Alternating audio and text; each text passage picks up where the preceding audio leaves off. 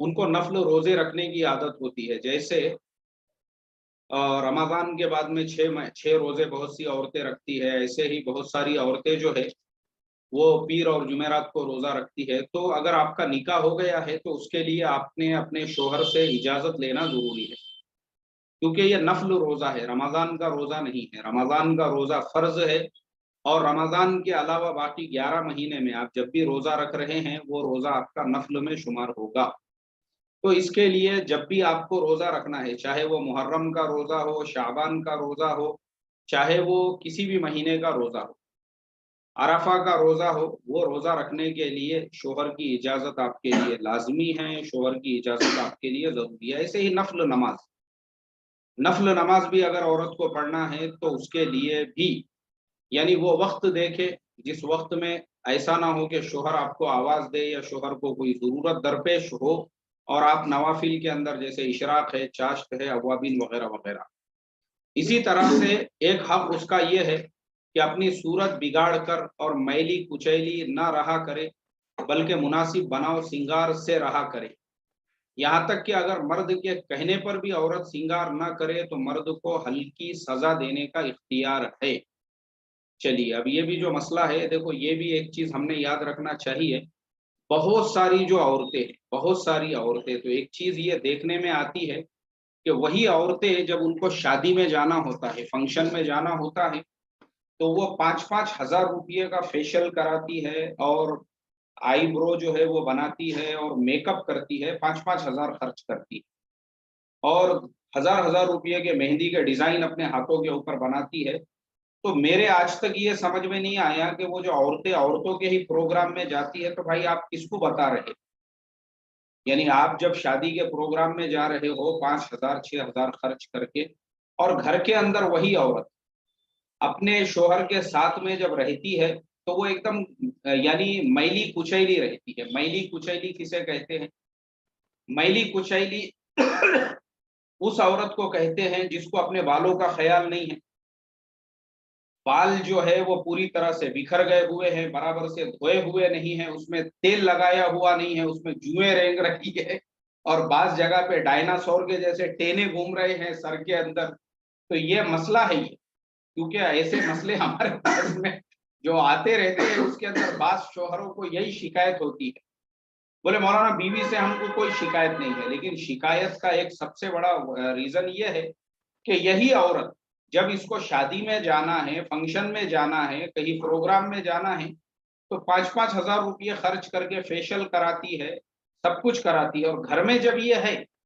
تو اس کو کوئی دھیان ہی نہیں ہے، اس کے پورے بال بکھر گئے ہوئے ہیں، ایسا کھجا رہی ہے، کبھی ادھر سے کبھی ادھر سے، کبھی ایسا کبھی ایسا،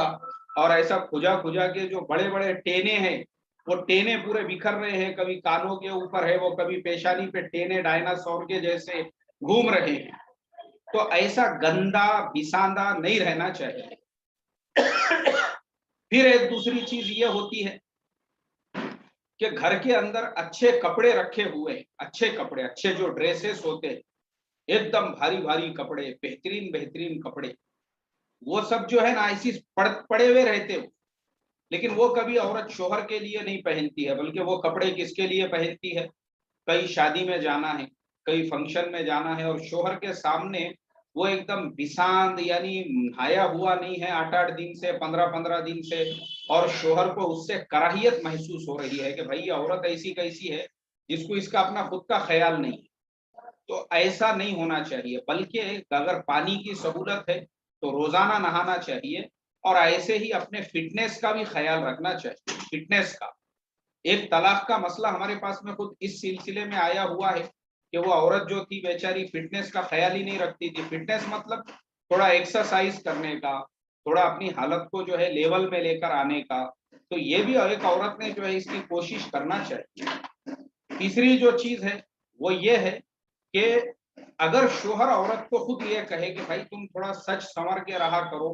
اور تھوڑا اپنا خیال رکھا کرو، تو پھر عورت نے اس کی بات کو ماننا چاہیے. یہ فرض ہے اس کے لیے، ورنہ بعض عورتیں جو ہے نا ان کو لگتا ہے کہ ہمارا ایگو ہرٹ ہو گیا، ہمارا جو ایگو ہے وہ ہرٹ ہو گیا، اور ہم کو جو ہے شوہر نے ایسا کیوں بولا. کیونکہ ہمارے پاس میں ایسا مسئلہ آ چکا ہے کہ ایک لڑکی وہ صرف اس بات کی وجہ سے ناراض تھی اور اس کا کہنا یہ تھا کہ اس کے شوہر نے اس کو یہ کہہ دیا تھا کہ بولے دیکھو تمہارا کپڑے پہننے کا جو اسٹائل ہے وہ مجھے بالکل بھی پسند نہیں ہے، کیونکہ تم جو کپڑے پہنتی ہو مجھے ویسے کپڑے نہیں چاہیے، بلکہ میری جو بہن ہے تم اس سے رائے مشورہ لیتے جاؤ کہ کپڑے کیسے پہننا چاہیے، یا اس سے سیکھو، تم اس کا جو کپڑے پہننے کا اسٹائل ہے یا وہ جس ٹائپ کے کپڑے وغیرہ جو ہے فالو کرتی ہے تم اس سے رائے مشورہ لو۔ تو وہ جو عورت تھی اس کو اتنا برا لگا کہ شوہر نے ایسا کیوں بولا کہ میری بہن سے رائے لو اور میری بہن سے مشورہ لو اور میری بہن سے پوچھو کہ بھائی کون سی دکان پہ یا کہاں سے کیسے کپڑے پہننا چاہیے بول کے، اتنی بات پہ سے وہ اس کے اوپر اڑ گئی کہ مجھے یہ ایسے آدمی کے ساتھ میں نہیں رہنا ہے۔ مطلب اس کو میرے کپڑے پسند نہیں آ رہے ہیں اور وہ بول رہا ہے کہ بہن سے مشورہ لو۔ تو پرابلم ہے یہ اس کو ایک مینٹلی پرابلم بول سکتے ہیں ہم، کہ ایک عورت میں اتنی بھی میچورٹی اور انڈرسٹینڈنگ نہیں ہے کہ اس کے شوہر کو جس طرح کے کپڑے چاہیے پہننا، بابا تو پہن رہے بھائی، تو وہی کپڑے پہن جو تیرا شوہر بول رہا ہے تجھے جس اسٹائل کے اندر۔ اور شوہر نے اگر یہ بول دیا بہن سے مشورہ لے تو اس میں کوئی ایگو ہرٹ ہونے جیسی بات نہیں ہے، اس میں کوئی چھوٹا پن آ جانے جیسی بات نہیں ہے، بلکہ یہ بات اگر ایکسیپٹیبل ہے تو بالکل آپ نے ماننا چاہیے۔ تو شوہر کو شریعت نے اجازت دی ہے، اگر وہ اس بات کے اوپر بیوی کو ڈانٹتا ہے تو وہ اس کو حق ہے، یہ نہیں ہے کہ آپ کا اس میں بھی ایگو ہرٹ ہو گیا کہ مجھے اس نے اس پہ سے بولا، اس نے مجھے ڈانٹا، میری اپنی لائف ہے اور میں جیسا چاہوں ویسا جو ہے، میں نہیں چاہوں تو 15 دن نہیں نہاؤں اور میں جو ہے ڈائناسور کو گھومنے دوں اور میں اپنے بال صحیح نہیں کروں اور میں جو ہے اسی طرح سے بساندی پڑی ہوئی رہوں مچھی کے بازار کی طرح سے، تو ایسا مت کرو اللہ کے واسطے۔ بلکہ شوہر کا جو حق ہے وہ یہی ہے۔ اور آگے جو ہے آگے آگے کیا لکھا ہوا ہے؟ آگے لکھا ہوا ہے ایک حق یہ بھی ہے کہ اگر مرد کے کہنے پر بھی ایک حق یہ بھی ہے کہ شوہر کی اجازت کے بغیر گھر سے باہر نہ جائے، نہ عزیز اور رشتہ دار کے گھر اور نہ ہی کسی غیر کے گھر۔ اب دیکھو یہ بھی پوائنٹ جو ہے نا قابل غور ہے کہ ایک شادی شدہ عورت اب جب اس کا نکاح ہو چکا ہے تو اس کے لیے یہ لازمی ہے کہ وہ اپنے شوہر کی اجازت کے بغیر اپنے خود کے بھی جو رشتہ دار ہے، خود کے بھی جو رشتہ دار خالہ کے گھر پہ چلے گئے، پھوپھو کے گھر پہ چلے گئے، ماموں کے گھر پہ چلے گئے، وہ گاؤں میں رہتے ہوں گے، تو بالکل بھی آپ کو اجازت نہیں ہے، آپ شوہر سے پہلے اجازت لو، شوہر سے پہلے پرمیشن لو، شوہر سے پوچھو، اس کو پوچھ کر جو ہے آپ جا سکتے ہیں، اس کے بعد میں کوئی حرج نہیں ہے، لیکن بغیر اجازت کے اپنے سگے رشتہ داروں کے گھر پر بھی، کیونکہ یہ مسئلے ہو چکے ہیں، طلاق جو ہوتی ہے نا وہ ایسے ہی نہیں ہوتی ہے، ایسی ہی باتیں ہوتی ہے کہ وہ بیوی جو ہے اس کے خالہ رہتے تھے اسی گاؤں میں، وہ چلے گئی، شوہر آ گئے، شوہر دیکھ رہے بیوی گھر پہ نہیں ہے، اب وہ فون لگا رہے، پتا چل رہا ہے کہ وہ خالہ کے گھر پہ ہے، بھائی کیوں گئی تو خالہ کے گھر پہ؟ بولے میرے خالہ ہے میں کیسے نہیں جاؤں گی، ٹھیک ہے نا بھائی، تیرے خالہ ہے تو جا خالہ کے گھر پہ، لیکن شریعت نے تجھے یہ کہا ہے کہ تو شوہر کی اجازت لے کر جا۔ بولے خالہ کے گھر پہ جانے کی کیوں اجازت لینا پڑیں گی آپ؟ یہ جو ہے یہ ایک پروٹوکول ہے اسلامک طور پر، اور اگر تم اس کو فالو نہیں کرو گے تو آگے چل کے بہت سے فتنے کھڑے ہوں گے، مسئلے پیدا ہوں گے، اور آج ہم دیکھ رہے ہیں ہمارے ملک کے اندر حالات کیسے ہے، تو یہ پوچھنا پڑے گا آپ کو، یہ حق ہے شوہر کا، یہ شوہر کا حق ہے۔ میں تو یہ کہتا ہوں کہ بھائی آپ جو ہے نا صرف خالہ کے گھر پہ جانے کا ہی نہیں ہے، بلکہ اگر آپ کو فون وغیرہ پہ بات بھی کرنا ہے تو وہ بھی اپنے شوہر سے پوچھو آپ، ورنہ یہ بھی ایک فتنے کا بہت بڑا ذریعہ بنتا ہے اور اس سے مسائل پیدا ہوتے ہیں۔ دیکھو گھر جو ٹوٹتے ہیں نا، اکثر گھروں کے ٹوٹنے کا جو ریزن ہوتا ہے وہ میاں بیوی نہیں ہوتے، بلکہ ایسے ہی خالہ کے گھر پہ چلے گئے، اب وہ خالہ جو ہے کھرچ کھرچ کے پوچھ رہے ہیں اپنی بھانجی کو، اور تیرے گھر پہ کیا حال چال ہے، اور تیری ساس کیا کر رہی تھی، اور تیرے شوہر جو ہے کیسا چل رہا ہے، گھر پہ سامان وغیرہ لے کے آ رہے کیا برابر سے۔ اب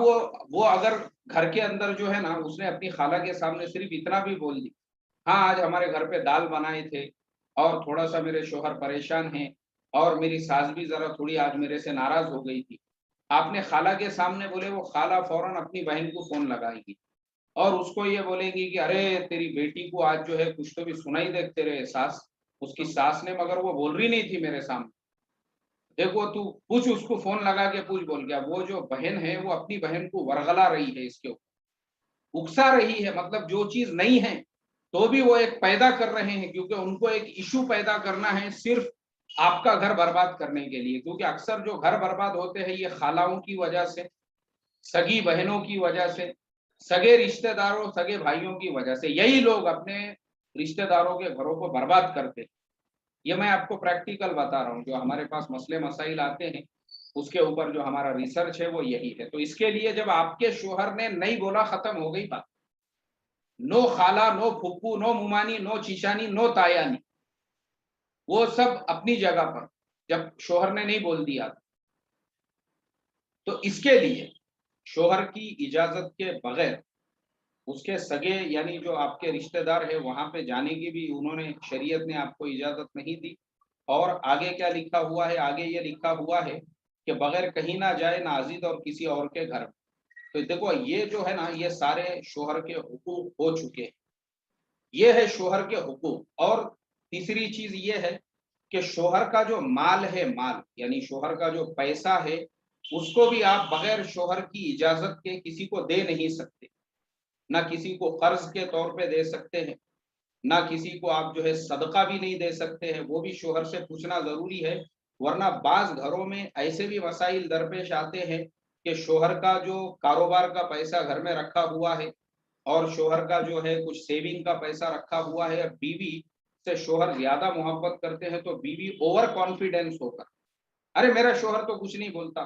اب اس کے بھائی کو ضرورت پڑ رہی تھی، اس نے اس میں سے 20,000 نکال کے اپنے بھائی کو دے دی. اس کے باپ کو ضرورت پڑ رہی تھی، باپ نے بولا بیٹی اگلے جمعرات تک میں دے دیتا تجھے، اور بھائی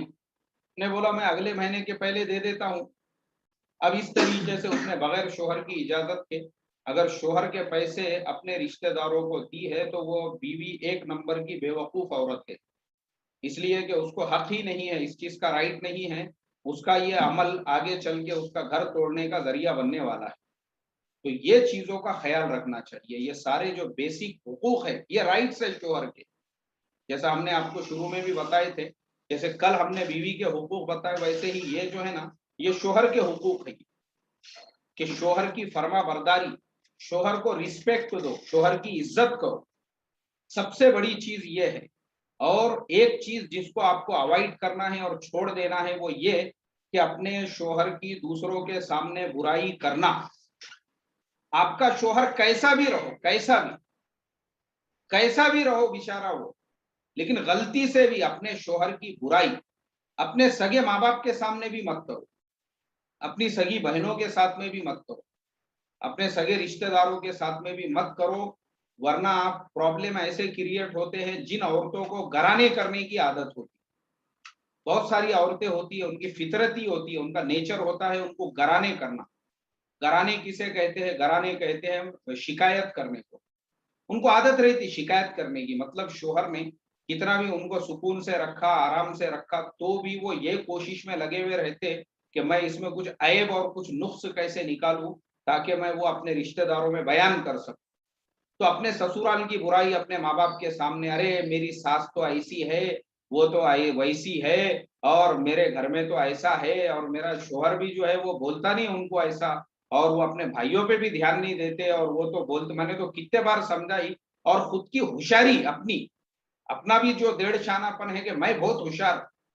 میں میرے ساس سے بھی زیادہ ہوشیار، میں میرے ننندوں سے بھی زیادہ ہوشیار، میں میرے شوہر سے بھی زیادہ ہوشیار. تو یہ جو ہے نا، یہ اندرا گاندھی بننے کی بھی کوشش نہیں کرنے کا اپنے گھر کے اندر کہ میں اندرا گاندھی کے جیسا پورا گھر کا نظام چلا سکوں. اس کو بولتے اوور ایکسپوز کرنا اپنے آپ کو جو ہے نا اوور کانفیڈنٹ ہو کر اس طریقے سے. تو کبھی بھی نہیں ہونا چاہیے. بلکہ شادی کا رشتہ پیار محبت کا رشتہ ہے. جیسا ہم نے کل مردوں کے بارے میں بتایا کہ مردوں کی ذمہ داری ہے اپنی بیوی کو رسپیکٹ دے، اس کی عزت کرے، اور اس کے سارے جو حقوق ہے نان نفقہ وغیرہ. ایسے ہی شوہر کے بھی کچھ حقوق ہے. یہ نہیں ہے کہ تم صرف شوہر کو جو ہے استعمال کرو، اس کو یوز کرو اور پھر اسی کی برائیاں بیان کرو. اس لیے کہ میں آپ کو ایک دم فائنل ورڈکٹ بول دیتا ہوں. اور جیسا میں نے کل ایک سبق میرے یوٹیوب چینل پہ بھی اپلوڈ کیا، بغیر بیوی اور بغیر مرد والوں کے عبرتناک واقعات کے اندر بھی میں نے بتایا، ویسے ہی میں آپ لوگوں کو بتا دوں. شوہر کیسا بھی ہو، شوہر کی عزت کرو اور شوہر کے ساتھ میں پیار محبت سے زندگی گزارو تو تمہاری زندگی ایک دم جنت بنے گی. ورنہ